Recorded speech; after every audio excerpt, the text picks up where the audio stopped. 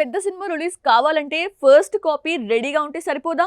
Theatrical business అయితే బయటకు వస్తుంది అన్న గ్యారంటీ లేదా? ఫినాన్షియల్ ప్రాబ్లమ్స్ లేకపోయినా కొన్ని సినిమాలు ఎందుకు రిలీజ్ డేట్ అనౌన్స్ చేయడం లేదు? థియేటర్స్ లోకి రాకపోవడానికి రీజన్ ఏంటి? పెద్ద లేదు చిన్న లేదు, ఏ సినిమా విడుదల కావాలన్నా ముందు ఓటీటీ అవ్వాల్సిందే. శాటిలైట్ రైట్స్ అమ్ముడు కాకపోయినా పర్వాలేదు, ఓటీటీ సెటిల్మెంట్ జరిగితేనే సినిమా రిలీజ్ చేస్తారు నిర్మాతలు.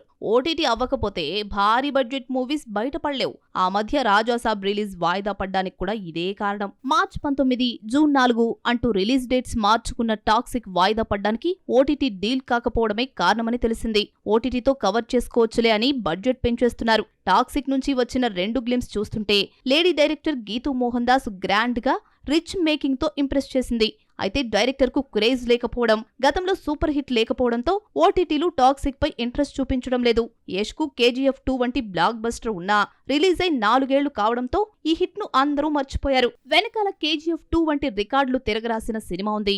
ఓటీటీ నుంచి ఫ్యాన్సీ రేట్ వస్తుందని మేకర్స్ కలలు కన్నారు. కానీ అవి కలలుగానే మిగిలిపోయాయి. పాన్ ఇండియా మూవీగా రిలీజ్ అవుతుంది కదా, అన్ని భాషల్లో కలిపి 250 కోట్లు వస్తుందని అంచనా వేస్తే 120 కోట్లకు మించి ఇవ్వమని డిజిటల్ సంస్థలు తేల్చేశాయి. బడ్జెట్ 500 కోట్లు దాటిపోవడంతో సగం కూడా ఓటీటీ నుంచి రాకపోవడం మేకర్స్ కు షాక్ ఇచ్చినట్లయింది. కియారా అద్వానీ, నయనతార, హ్యూమా కురేషి, రుక్మిణి వసంత్ వంటి స్టార్ కాస్ట్ తో టాక్సిక్ తీశారు. KGF 2 హిట్ తర్వాత యష్ రెమ్యూనరేషన్ దాదాపు 100 కోట్లకు చేరింది.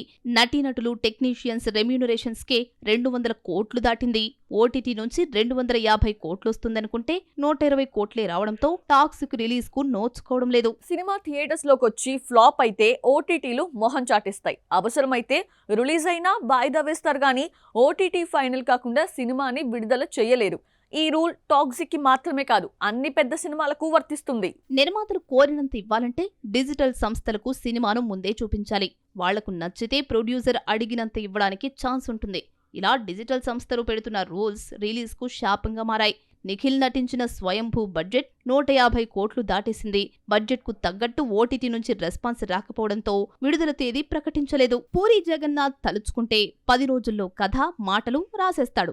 అందరి డేట్స్ ఉండాలి గాని 3 నెలల్లో షూటింగ్ పూర్తి చేస్తాడు.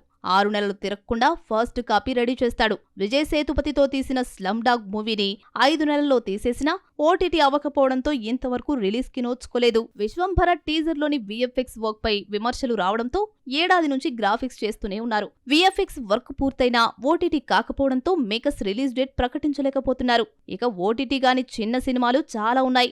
ముఖ్యంగా బడ్జెట్ ఎక్కువ పెట్టేసిన సినిమాలకు డిజిటల్ సంస్థల అవసరం చాలా ఉంది. ఓటీటీతో సంబంధం లేకుండా బడ్జెట్ తగ్గించే ప్రయత్నాలు అస్సలు చేయరు. అందుకే చాలా సినిమాలు ఏళ్ల తరబడి థియేటర్స్లోకి రాకుండా ఉండిపోతున్నాయి.